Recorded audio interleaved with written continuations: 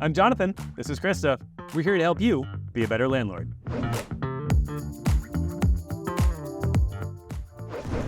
Okay, so today we are going to try to answer a question that we're hearing a lot lately, which is, should I sell my home or rent it out?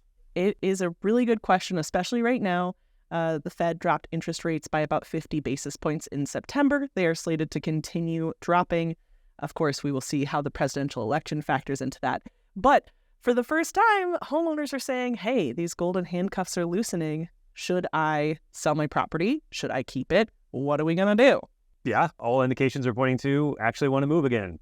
So should I rent out my house or should I sell it? What are your thoughts? You personally? I would Me say. right now. Let me teach you 6 things you should really consider. Okay, 6 things. Let's go. All right. So first and foremost, you're going to want to think about your actual plans. You're also going to want to consider if you need the equity for something else. You know, if you're looking to buy another property. Hot tubs. Hot tubs. Those are a hot commodity. Then I want you to focus on your property's features and if they are rental ready. Also, your local market. What's it looking like? Then your property's location and, of course, your actual bandwidth. So we will jump into all of those topics so you have a good idea of what you should do next. Okay, awesome. Let's start with homeowners plans. Why do those matter? Well, plans are the things that drive us in life. Is that so? It's true. I know, revolutionary. Okay. But really, sometimes someone has their primary residence and maybe they are just moving temporarily for work and work is covering their next bit of housing, whether that's a rental or probably a rental if your work is covering it. Or maybe you are permanently moving across the country. You really need to consider if you need to return to that property. Because if in the future you want to come back there, maybe it's your hometown, maybe you have a lot of family there, it would probably behoove you to rent it out. That way you don't have to come back and try and break into the market when you've been away for some time. It saves you some work down the road and you can earn rental revenue at the same time. Makes sense. Yeah, pretty straightforward.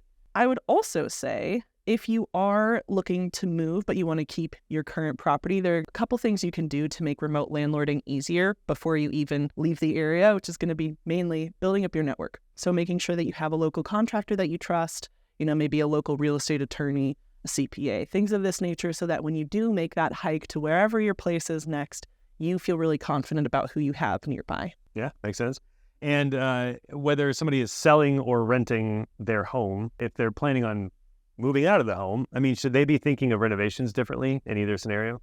Absolutely. I would say, really take an objective look at your property because whether you're trying to sell it or you're trying to rent it out, you need to be aware of any of the potential pitfalls and make sure that it's up to code, right? Because if you have some things that you've just dealt with because you really love the house or you're really lazy, then you can't guarantee that a renter or even a buyer is going to come in and find the charm so overwhelming that they're willing to overlook those factors.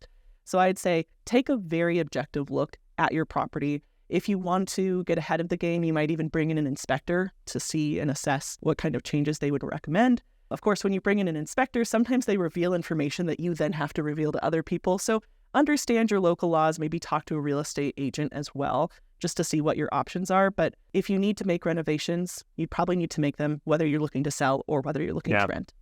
Yeah, I know inspectors look at things affecting health and safety. Obviously, that matters if it's going to be a renter moving in there or a new buyer. But things like handrails on stairs or loose stairs even, these are important. You should take a look at these. And I know a lot of landlords also make some renovations for a rental, like not having a fireplace, not having a fire pit in the yard, not having a pool or a hot tub, or things that could potentially lead to bad.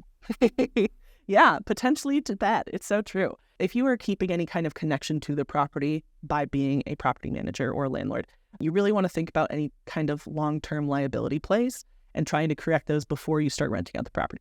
Versus if you are selling it, you could leave your pool. That might be a great feature for someone and you don't have to worry about anyone drowning in it because it's no longer your property. Yeah. So keep an eye out. Again, getting an experienced real estate agent in the mix and having some of these questions answered for you is going to be a real boon in deciding if you want to sell or rent. Absolutely. Yeah. And talking with your lender too. I know from personal experience, lenders are great to just bounce ideas off of. They'll run the numbers. They'll look at, if you were to sell, here's what you would make. If you were to rent, here's ballpark what you could make. And this kind of leads into the next question, which is how should a homeowner think about their home's equity if they're deciding to rent it out? Ooh, so equity is definitely one of the biggest factors that you want to consider in conjunction with your plans. Because if you've been building up that equity, you could have a really sweet pot of cash in there that you might want to use for your next home purchase. However, if you're going to rent a new place in your new area, you might want to leave the equity and have it continue to build while having rent payments cover your mortgage. So again, just think through what you want to have happen in the next 2 to 5 to 10 years and let that guide your decision, because that equity is going to continue building in the long run. I mean, real estate is an asset that appreciates over a significant period of time. So if you can hold it and keep building it, great. If you need it for a HELOC loan or you otherwise just need to pull it out to make your next purchase, that's definitely something to consider. You'd probably want to sell it at that case, or at least explore your options with your lender. Yeah, absolutely. And I know that my realtor sends me this Homebot report every month. Homebot, if you're not familiar, it's an automated thing that uses AI, and it just kind of creates this report every month and says, here's what the equity you have in your home is. Here's how much you would get if you took a HELOC out on it. Here's how much you would get if you sold it. Here's how much you would get if you rented. And it's kind of a fun report to just sort of daydream and think through, like, what if I did sell and went somewhere else or rented it out?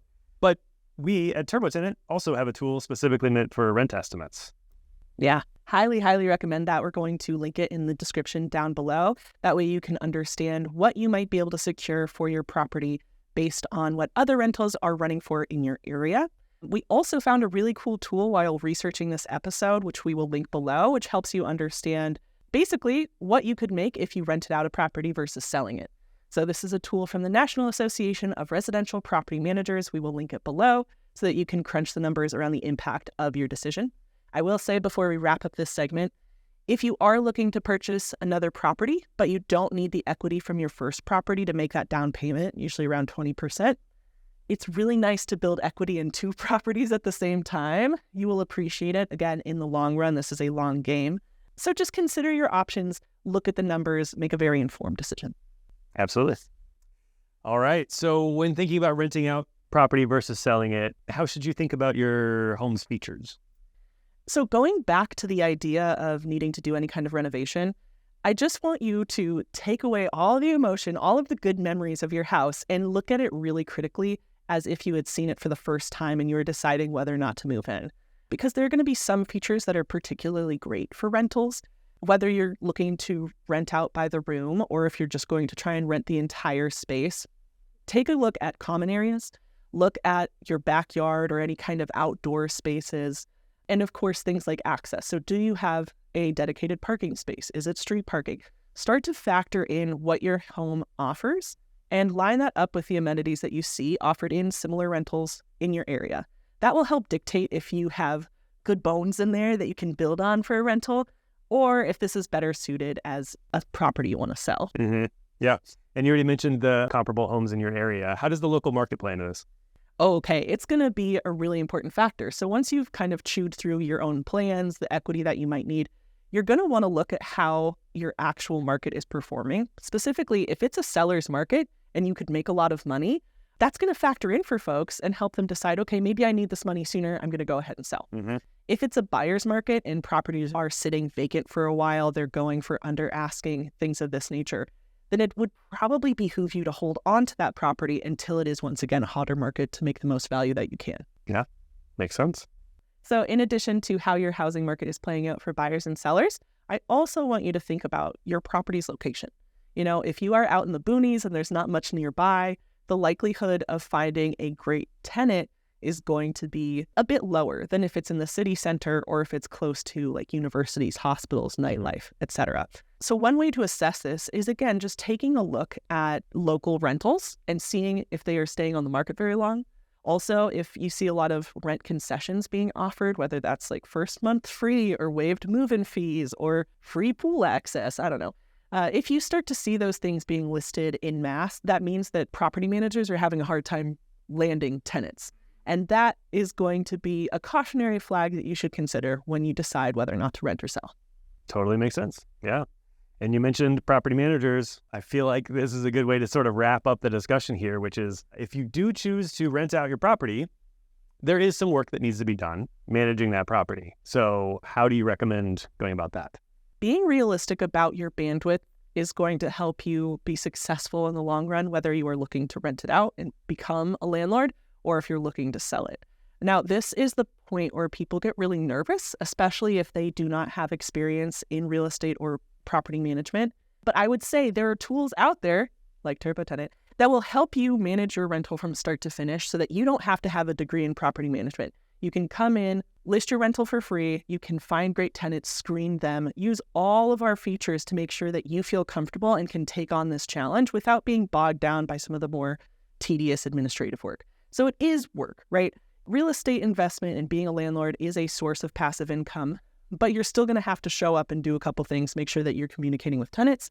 TurboTenant makes it really easy to do that all in one spot. So please create a free account today, turbotenant.com. Beautiful. Make that passive income truly passive.